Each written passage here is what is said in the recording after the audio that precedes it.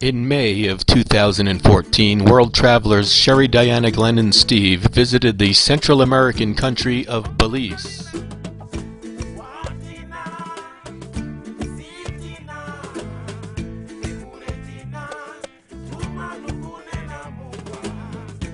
We could have stayed in a fancy resort, but instead we were eco-tourists and chose to live in the jungle near the Guatemalan border.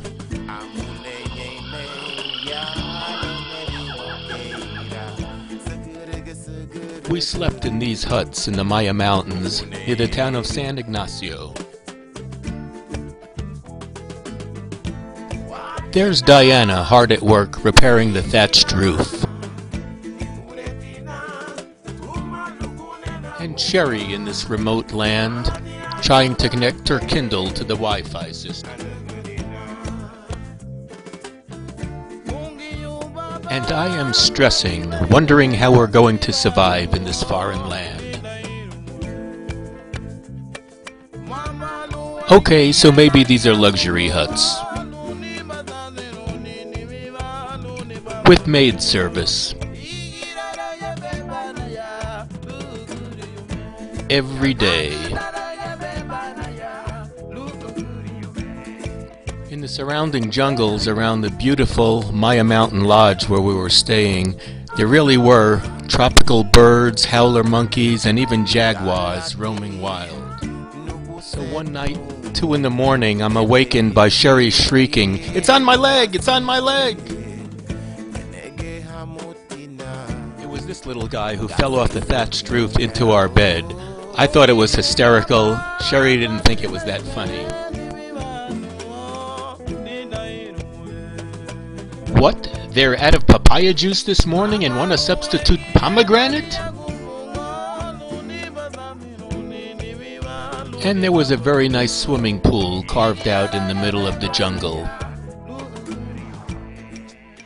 We would decompress at the end of each day and plan the next day's activities.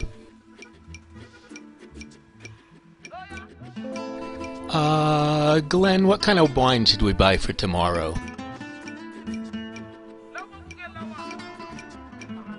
We always looked forward to the beautiful walk through the jungle from where we slept to our breakfast nook.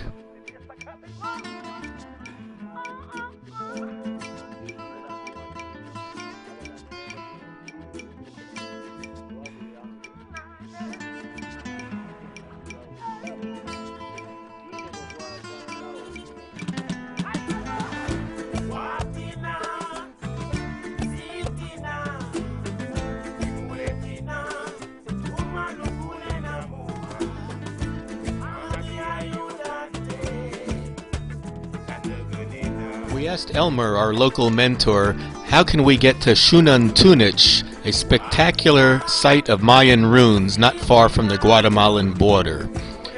He said, "No problem, let me draw you a map." In 1 minute flat, he produced this work of art. It wasn't quite as easy as this looks. It involved loading our Jeep on a small barge that was pulled across a river by a rope. It was a great adventure.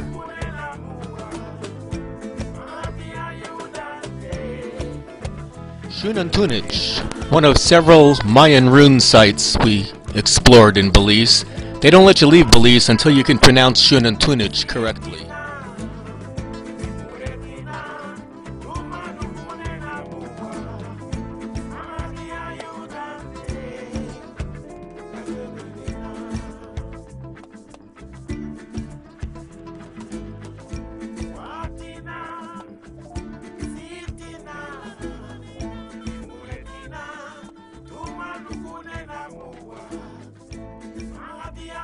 Here we picked up a local guide, Xavier, who was a Yucatec Mayan Indian with a master's degree in Mayan history. He was an interesting character we developed a relationship with. Besides tipping him, we took him out to lunch.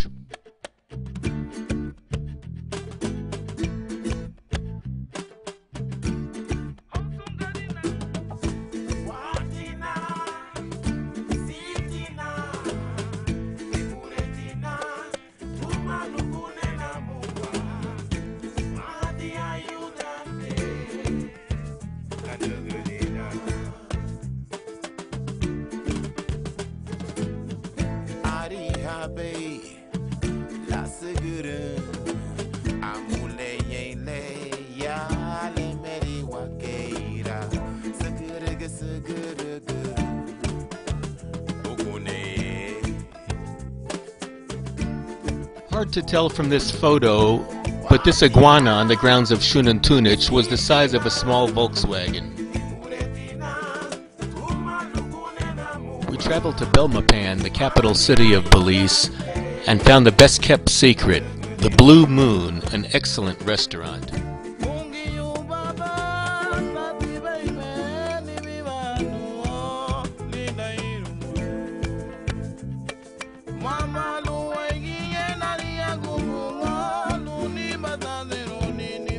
A long ride through the countryside to get to Barton Cave.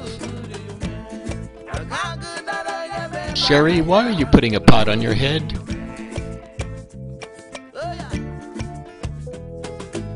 Diana, why are you putting a pot on your head?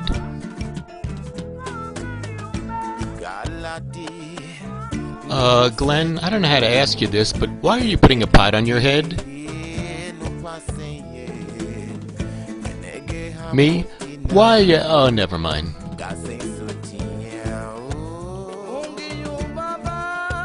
Okay, I get the hard hat for going into a cave, but what's with the life preserver?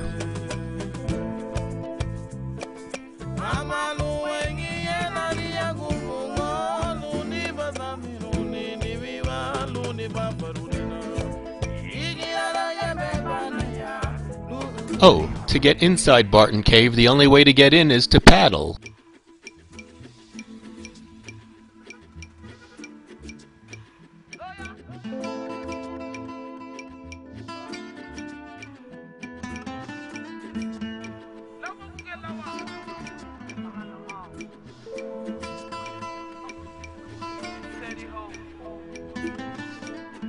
Well, we eventually made it back to the western district of Belize in time for market days in San Ignacio.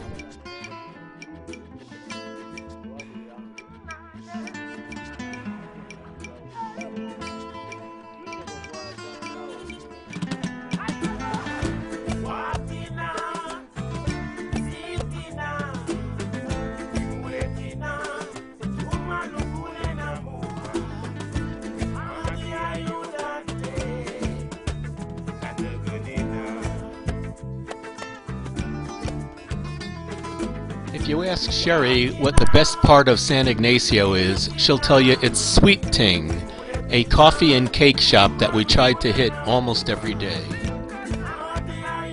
Ooh, flan. We like flan.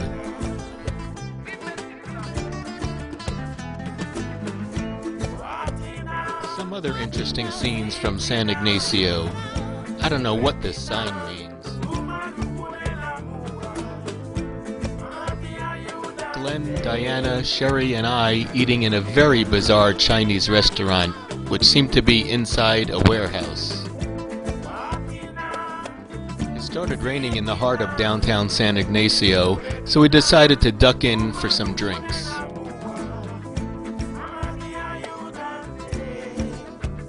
This is where I made a discovery that changed my life.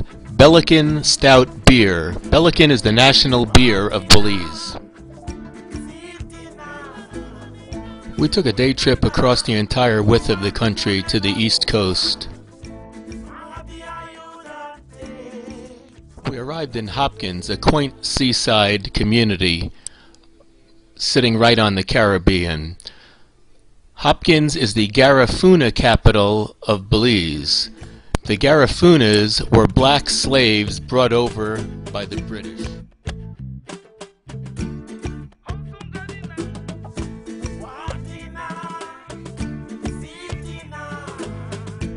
Glen and Diana took a dip in the warm waters of the Caribbean Sea and entertained some local kids, while Sheri stared out in the ocean, thinking about what kind of pastry she would get at Sweet Ting that night. In each town we visited, we developed the knack of finding the neatest bar in town, and Hopkins was no exception.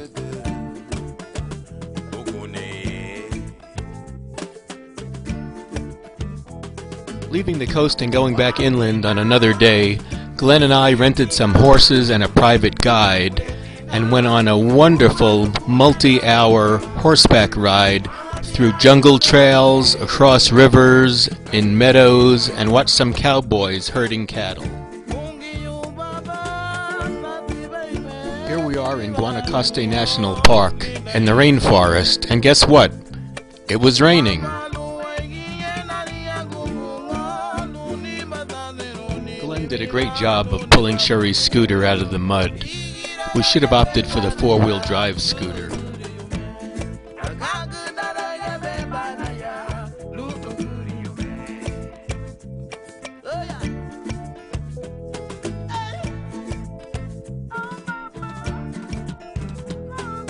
This is a big howler monkey. They're not just in the zoos, they're all over the place. As we crisscrossed Belize, we saw all the extremes, from high-end luxury resorts to very severe poverty. But one thing was quite interesting. Even in the most poverty-stricken areas, the children all had smiles, were always playing, were clean, and even the most remote shacks, I noticed, had electrical service to them, and many had radio internet antennas on the roof. So now let's cool our jets, listen to the Belizean music, and enjoy a short photo essay of the experiences we had in beautiful Belize, the good, the bad, and the ugly.